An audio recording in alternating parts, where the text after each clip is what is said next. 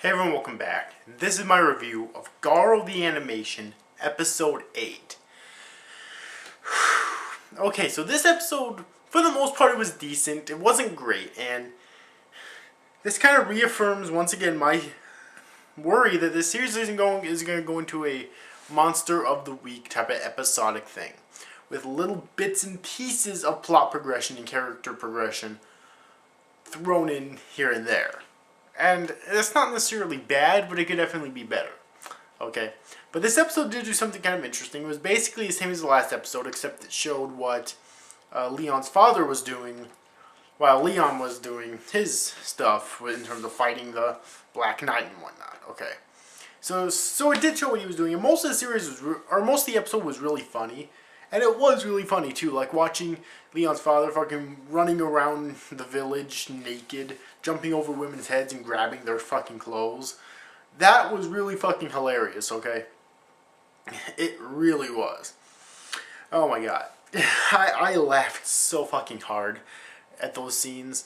Okay, and being chased by those fucking Imperial guards because he is helping out with that woman who was suspected of being a witch and whatnot. It was really funny. Okay, it really was. So, yeah, the comedy in this episode is really good, of course. And the only bit of plot progression that we actually had, though, was the brief flashback of Leon's father, showing years ago he was a Makai Knight with two close friends of his, a guy and a girl, and apparently the guy and the girl eventually ended up getting married, is what later on in their life is what I'm thinking of. But supposedly they got killed. Like, supposedly they were killed, okay? But somehow, at least the guy still seems to be alive. So it's kind of weird. I'm really wondering how, two things. First off, how he survived that. And secondly, how he became the Dark Knight. Because I'm pretty sure he's the Black Knight. Like, I'm about 96% sure that he's the Black Knight, okay? So I really want to know how he survived that and how he became the Black Knight. Also, there was also a scene in this episode. Yeah, I want to talk about that scene real quick.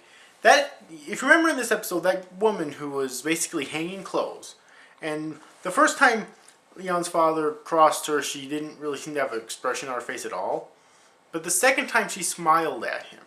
And the first time was still kind of interesting because she told him whispered to him to run away after he saved an arrow from piercing her. So I have a theory. I think that that's actually the woman that was in his flashback. Okay. I mean, because she seemed to be concerned for him, even though she had no idea who he even was. As she whispered for him to escape, she smiled at him when she saw him the second time towards the end of the episode. So I really think that she might actually be that girl. If she is, then that'd actually be really cool, really interesting, okay? And I really want to know how she survived as well, okay? And what she's doing right now, and why she's doing it right now, okay? But anyways, overall, I thought this was a pretty decent episode of Garo. I just really hope that the plot picks up soon, and we get more out of it soon. Because right now, we're not getting much out of it, unfortunately. Okay, and it's kind of sad, but it's the truth. Okay, like this monster, and of course there was a monster at the very end of the episode, which this monster was kind of different because the monsters in the previous episodes kind of got development and fleshed out, and they were really sad. Okay, like there was really sad backstory to them. This one, not so much. He was just this random douchebag thug who got turned into a horror and needed to be killed. Leon's father killed him. Okay, so I'm guessing they just threw that in there because they at least wanted to have a monster in the episode. So the good part about this episode is the flashback, definitely, because that's the only part of actual plot progression in this episode. Okay, and also the humorous scenes in this episode were really good as well. The foreshadowing for that one guy being alive and that foreshadowing for that one chick being alive.